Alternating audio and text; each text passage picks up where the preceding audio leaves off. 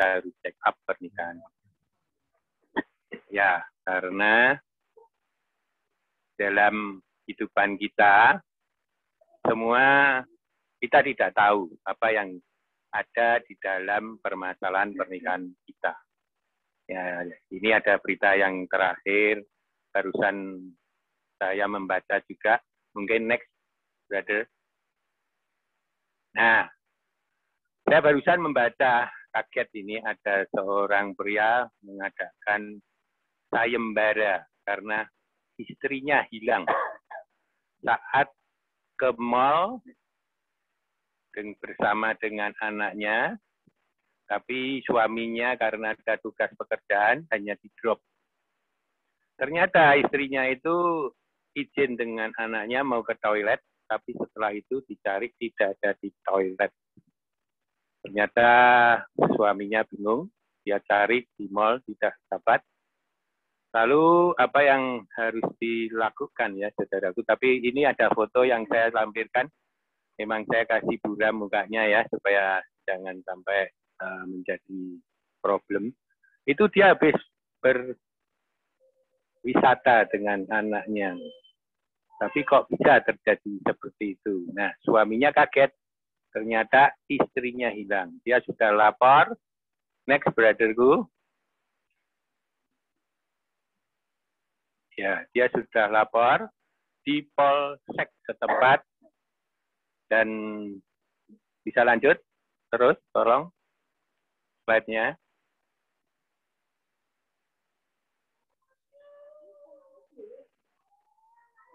Halo.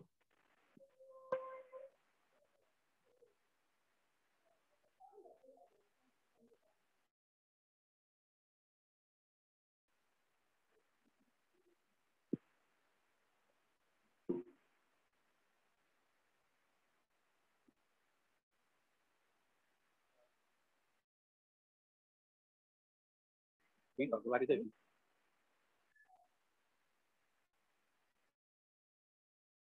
Ya, jadi suaminya melaporkan ke polsek karena kehilangan istrinya ya.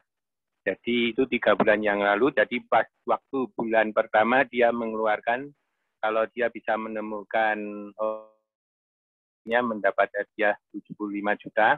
Tapi di bulan kedua ternyata belum ketemu, dinaikkan sayembaranya menjadi 100 juta. Di bulan ketiga lagi menjadi, lalu hasil istrinya diketemukan di pondok pesantren ya di Jawa. Posisi suami itu dan istri ada di luar pulau. Dia adalah pengusaha. Lanjut next, brother.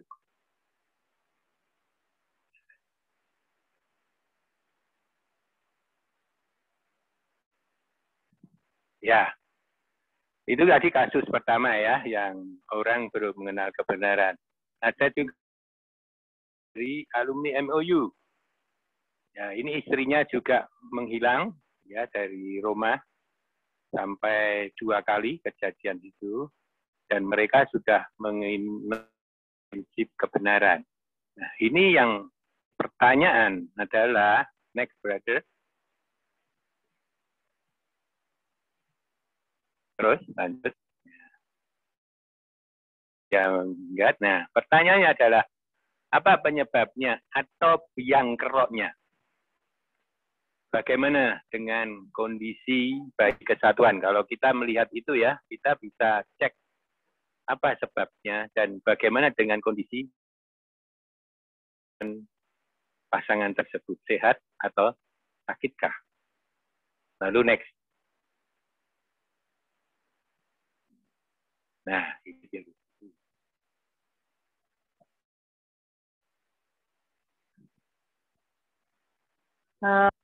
Yang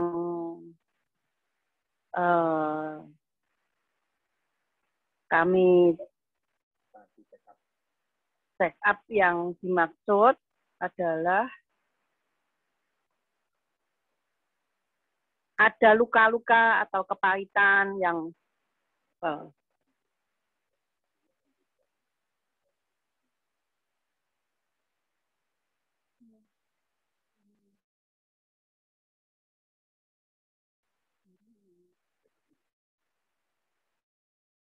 Arti check up yang dimaksud adalah pemeriksaan atau mengoreksi atau menyelidiki apa yang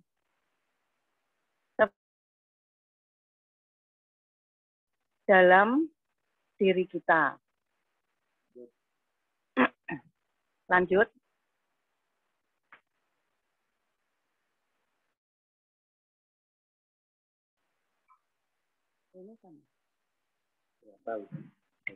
Ya, lalu kita bisa lihat ya, cek ini Bambang Kumala ya. Saya mengecek berapa ya, ternyata sudah berjalan 32,7 ya, jadi 32 tahun 7 bulan. Lalu bagaimana visi bayi kesatuan Bambang dan Kumala dalam pernikahan ini ya, sehat atau sakitkah? Yang ini yang harus kita cek untuk itu. Lanjut, brotherku.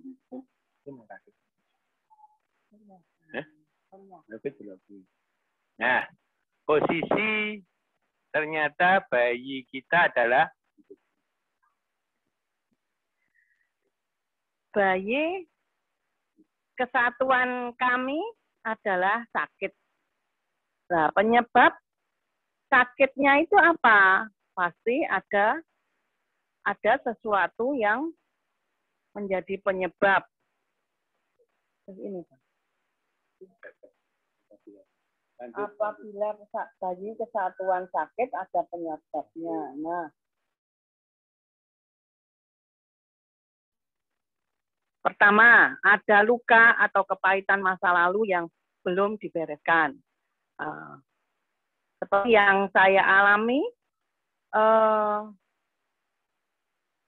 awal-awal pernikahan tanpa terasa itu adalah luka yang membawa saya itu sampai berpuluh-puluh tahun saya mengalami, tapi saya sendiri tidak menyadari bahwa itu luka.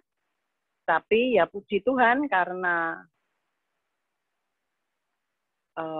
kami menyadari bahwa luka-luka yang lalu itu ada penyebabnya dan kami cepat bereskan dan saya menyadari bahwa luka masa lalu itu tidak membawa dampak yang positif. Terus yang kedua, next. Nah, menerima kata-kata kasar dan menyakitkan itu yang membawa hari demi hari itu semakin merasa bahwa kok pasanganku tidak berubah, kok lah itu ternyata yang saya alami itu semakin seperti bom waktu yang sampai saatnya itu meledak ya. Dan itu yang membawa saya itu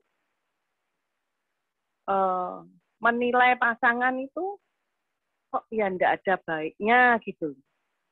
Tetapi dengan apa yang saya alami itu membunuh karakter saya. Bahkan saya tidak ada pikiran untuk maju, tidak ada nilai-nilai positif yang saya ingin bertumbuh itu tidak ada. Seperti itu yang saya alami. Selanjutnya. Nah, yang ketiga ada kemungkinan biaya kesehatan sakit itu ada KDRT. Jadi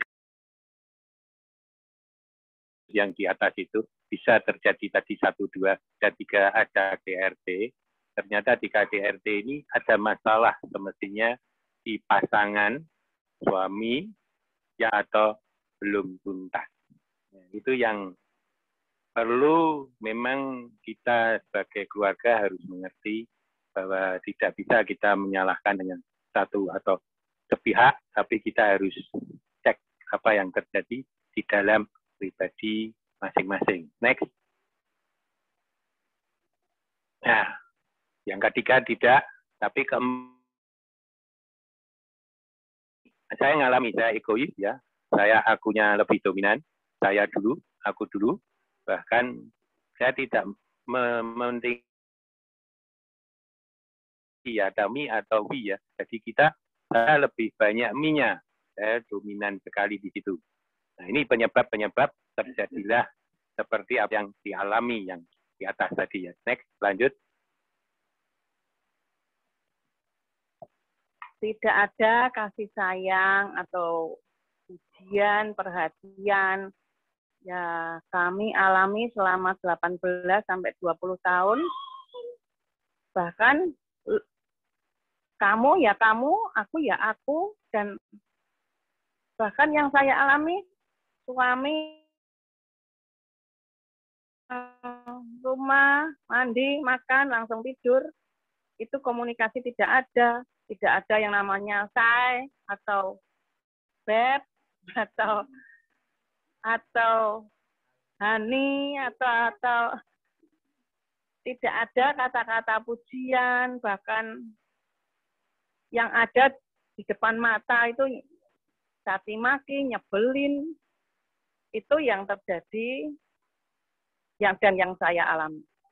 Selanjutnya, terlalu sibuk dengan bisnis dan pekerjaan. Pekerjaan baik pelayanan, baik pekerjaan yang dilakukan di rumah, atau pekerjaan di kantor, semua yang menyibukkan diri, bahkan semuanya untuk aku dan aku. Pokoknya aku. Nah, itu yang membawa dampak pekerjaanku, dan itu tidak ada komunikasi sama sekali. Itu yang kami alami. Ya, jadi di posisi 6 itu, terus terang, jujur, saya baru sadar memang saya dulu hobi cari duit, ya.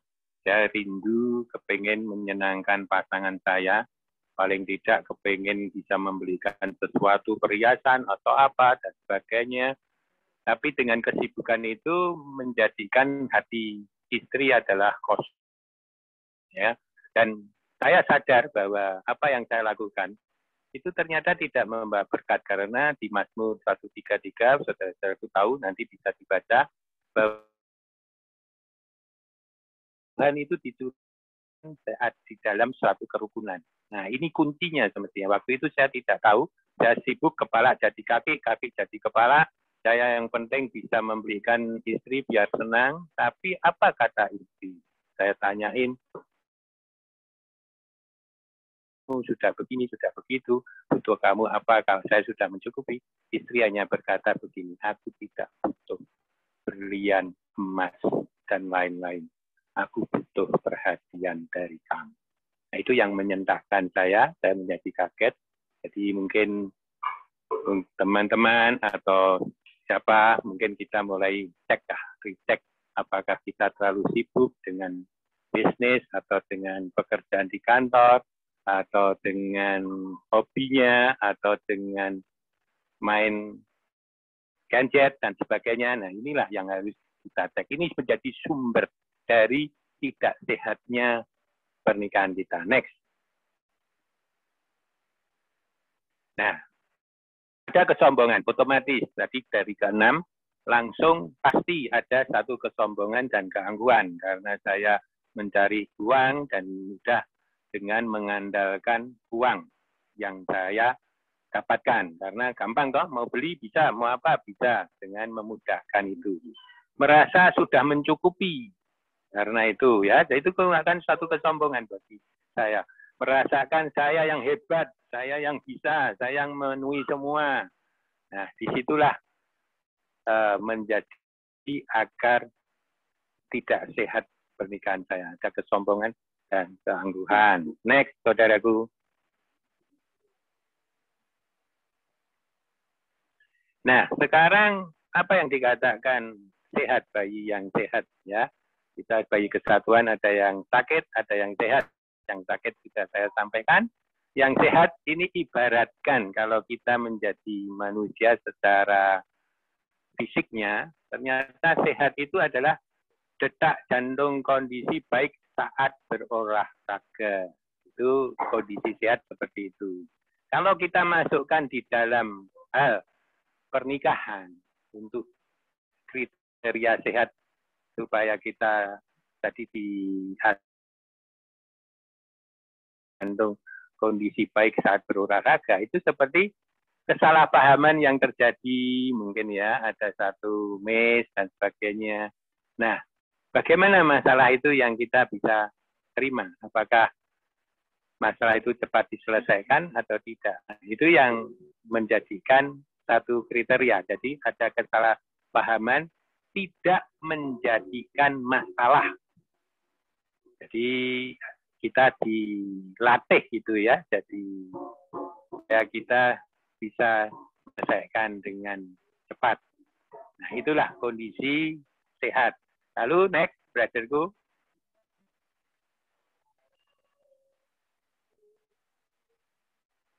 Nah, kalau secara fisik tidak melebihi perut atau paha. Melebihi itu jadi yang benar adalah saya ingatkan dulu. Tidak memiliki, nah bukan melebihi, tidak memiliki kelebihan lemak di perut atau di paha. Itu ciri-ciri fisik kalau. Nah, kalau di pernikahan itu apa? Tidak mudah tersinggung atau simpan kepahitan dalam hati. Ya, toh, yang lemah kan menyimpan toh itu. Nah, kadang kita di dalam pernikahan ini kadang ya gampang mudah tersinggung, lalu kita simpen, kita baperan, mudah bawa perasaan dan sebagainya. Itu adalah ciri-ciri yang tidak sehat. Nah, kalau supaya sehat, kita tidak mudah tersinggung. Jadi jangan mudah tersinggung, mudah kepahitan. Itu hal yang kurang bagus bagi kesehatan ya, terlalu berlebihan. Nah, harusnya kita tidak mudah tersinggung dan tidak simpan kepahitan dalam hati. Itu yang kriteria kedua, ketiga. Belajarku. Nah, kalau sehat itu tubuh bisa bergerak dengan mudah. Kalau kita di dalam pasangan, relasi suami istri menyenangkan, happy anytime. Nah, kita sukacita, ada masalah kita cepat selesai, kita bisa sukacita, bisa ngobrol, bisa enak, dan tidak menyimpan. Bukan berarti tadi barusan kamu ngomongnya nggak enak, sekarang ngajak ngobrol-ngobrol kok enak. Nah, akhirnya cemberut, akhirnya diem. Nah, itu bukan hal yang sehat. Nah, kita sebagai tubuh yang sudah sehat bisa bergerak dengan mudah. Relasi cepat dengan suami istri dan saling bisa happy. Itu. Lanjut, belajarku. 4. Berkeringat lebih awal selama latihan. Ya, itu kita mungkin yang sudah sering berolahraga mudah keluar keringat. Jadi kalau di dalam pernikahan, ya peka terhadap apa yang pasangan tidak sukai. Karena tutur kata atau tingkah laku kita, itu kita harus peka apa yang pasangan tidak sukai. Jadi responnya cepat. Nah, itu yang penting. Jadi pasangan yang sehat seperti itu. Lanjut. Nah, ini memiliki otomatis kalau tubuh sehat, olahraga memiliki postur tubuh yang baik. Tapi jangan contoh saya ya, ini saya postur tubuhnya kurang baik. Ya, tapi kan ini kita kasih contoh kalau orang olahragawan memiliki postur tubuh yang baik. Nah, kalau diaplikasikan di dalam pernikahan, yaitu hubungan pernikahan dalam keluarga menjadikan nyaman dan teladan bagi anak, menantu, dan cucu. Nah, ini kebetulan anak, menantu, dan cucu kumpul di sini. Nah, apakah ini memiliki postur tubuh yang baik, yaitu ada hubungan pernikahan dalam keluarga menjadikan nyaman dan teladan bagi anak dan menantu dan cucu. Nah, mereka nanti biar akan menilai. Dan ini saya membawakan ini, mereka juga mendengarkan semua, melihat supaya anak-anak menantu ini juga mendapat ya satu hikmat berkat nanti kalau saya melakukan hal yang tidak benar, dia akan cepat ngomong, ayo Papa tadi ngomong apa. Nah, itulah yang harus kita siap melakukan. Lanjut. Lanjut belajarku. Nah, kunci utama hubungan pernikahan harmonis dan langgeng. Ini dia istriku yang menyampaikan.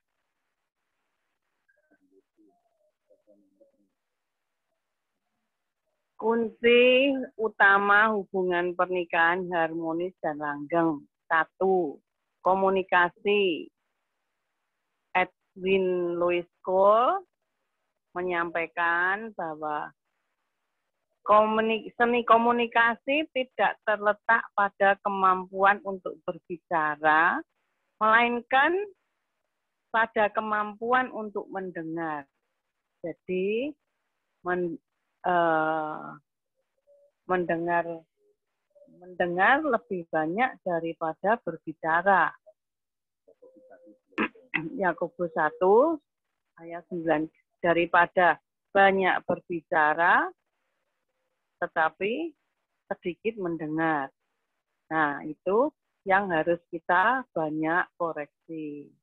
Kemudian selanjutnya 2, saling terbuka, transparan. Keterbukaan adalah awal pemulihan. Menerima kritik atau masukan dari pasangan, kerendahan hati, tahu prioritas setelah Tuhan adalah pasangan. Dan yang harus terus kita bangun adalah keterbukaan antara suami dan istri. Berani mengakui kesalahan, meminta maaf pada pasangan. Dan ini ya yang kedua dan ketiga benar-benar harus terus kita bangun supaya pernikahan kita ini terus menjadi dampak. Karena apa?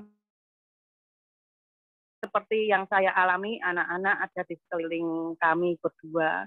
Kalau apa yang kami alami dan saat terjadi permasalahan, kita cepat selesaikan. Anak-anak pun ke depan juga merema dan menjadi contoh bahwa saat ada miskomunikasi dengan pasangan, itu harus cepat selesai dan tanpa harus dibesar-besarkan masalah, sehingga anak-anak suatu saat berkeluarga pun juga mencontoh apa yang kami alami, seperti itu. Selanjutnya, jangan mengingat atau mengungkit masalah sebelumnya. Dan itu adalah kelemahan saya. Dan saya harus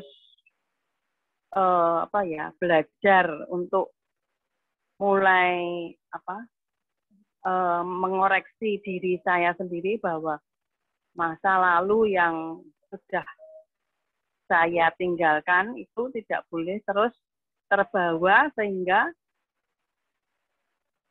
pasangan saya itu juga sedikit banyak mengalami dampak yang negatif komunikasi, seperti itu. Selanjutnya,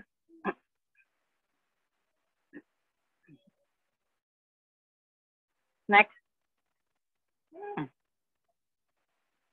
mengendalikan diri saat sedang bertengkar atau berselisih paham.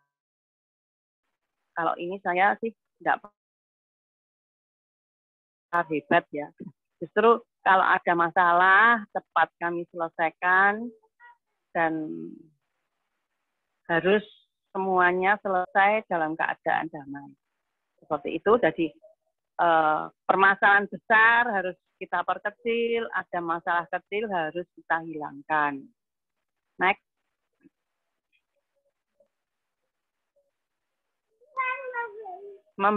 memberikan perhatian dan pujian. Itu yang selalu harus kita lakukan. Itu adalah salah satu kunci mengisi tangki hati pasangan. Dan otomatis kalau kita menghargai, kita juga dicintai oleh pasangan. Contohnya ucapan terima kasih, hello say, ciuman mesra, atau mungkin pelukan, dan yang lain-lain yang mungkin nyaman buat pasangan kita harus saling terbuka. Kalau kamu itu mengelus punggungku, aku merasa lebih tenang atau seperti apa, mungkin dapat dilakukan karena masing-masing pasangan mempunyai bahasa kasih sendiri-sendiri ya. Oke.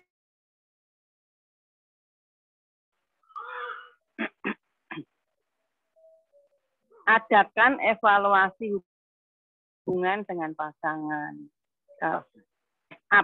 Kalau yang kami lakukan saat kami check up itu saat kami bersama-sama dengan anak-anak, apa yang menjadi kekurangan kami masing-masing, anak-anak yang menilai. Itu yang terjadi. Ya, jadi saudara-saudaraku ada 7 ya, jadi itu yang hal-hal yang menjadikan bayi kesatuan kita sehat. Saudaraku bisa dengan membandingkan dengan kasus yang ada pertama di atas, karena istrinya hilang, apakah ada bayi sehatnya? Begitu kan, pasti Anda tahu ada unsur-unsur yang banyak yang tidak sehatnya, maka terjadilah seperti itu. Nah, saya rindu, saudaraku. Kita memang pasangan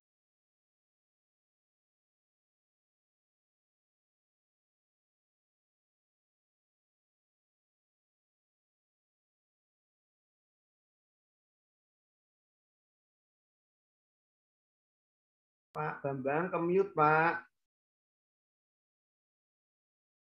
Pak Bambang.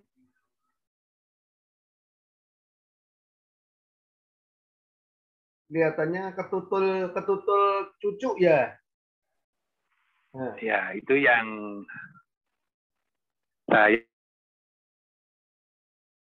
alami dan memang Tuhan mendidik saya untuk terbuka, belajar rendah hati ya, jadi mau menerima masukan dari istri walaupun saya benar, tapi ada masukan dari istri harus diterima.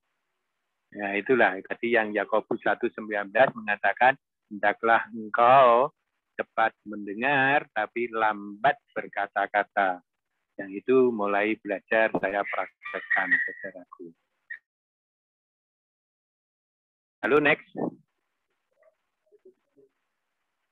Nah, ini video bisa disetelkan, brother.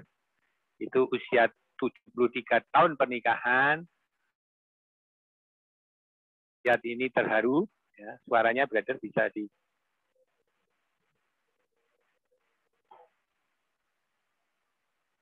Ada di bawah itu anunya.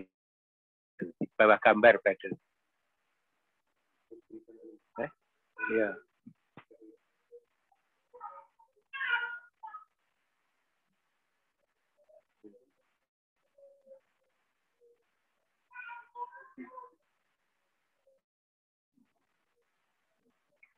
Oke, mungkin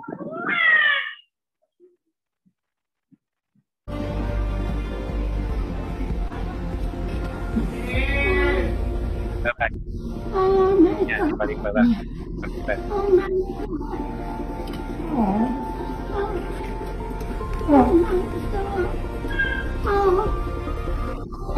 Ya, ini intinya adalah tangan dan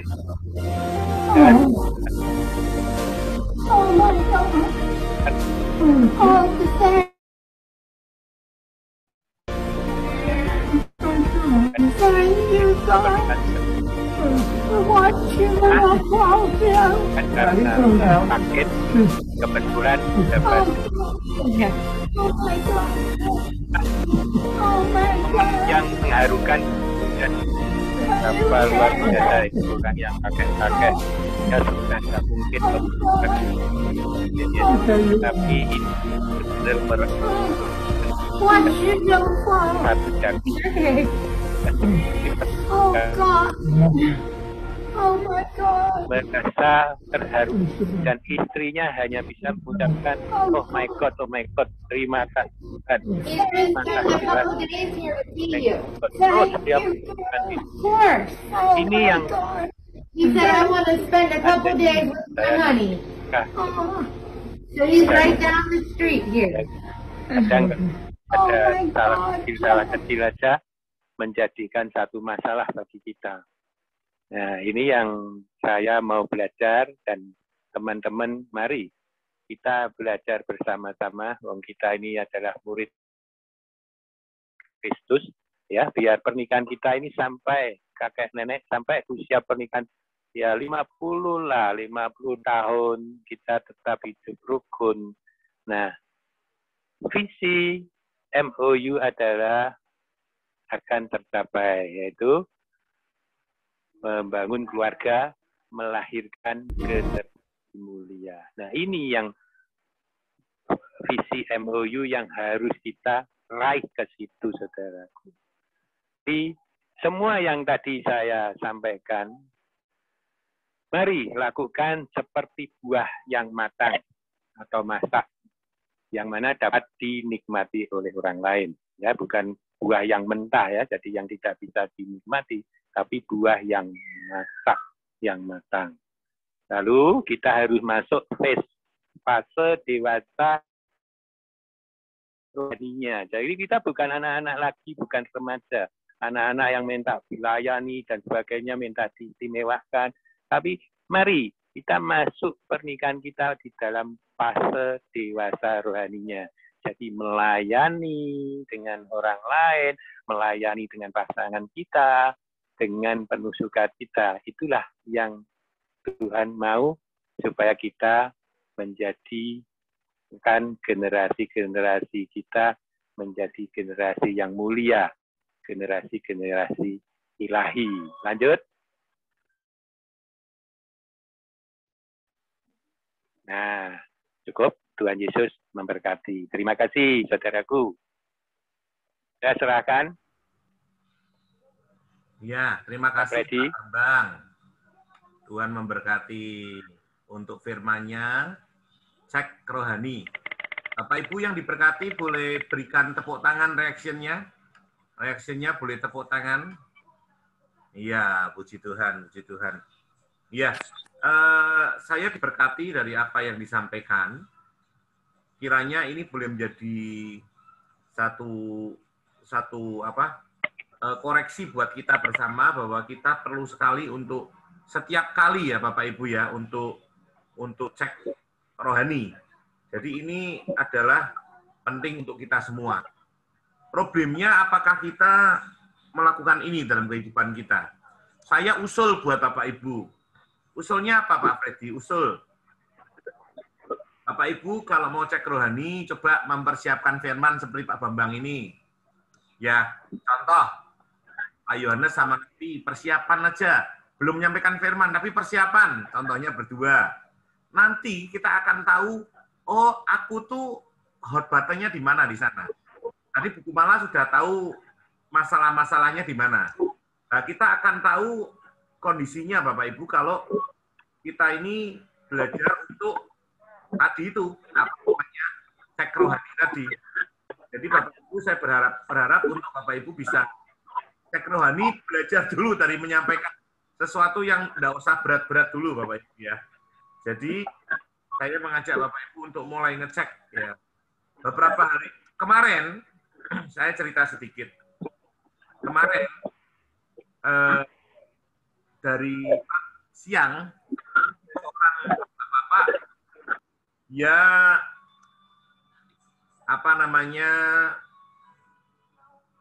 WA saya, telepon belum sempat saya bales, dia WA saya. Terus kemudian dia bilang, Pak, saya mau konseling. Terus saya bilang sama dia, oke, karena kemarin hari Rabu saya badminton dulu, kemudian setelah itu saya ada Zoom Jawa Timur, kemudian saya bilang sama dia nanti aja setelah Zoom jam 8 lebih sedikit lah saya akan telepon kamu. Jam 8.12 saya izin ke MOU Jawa Timur untuk saya bisa melayani satu orang ini. Saya tanya, kamu siapa? Kemudian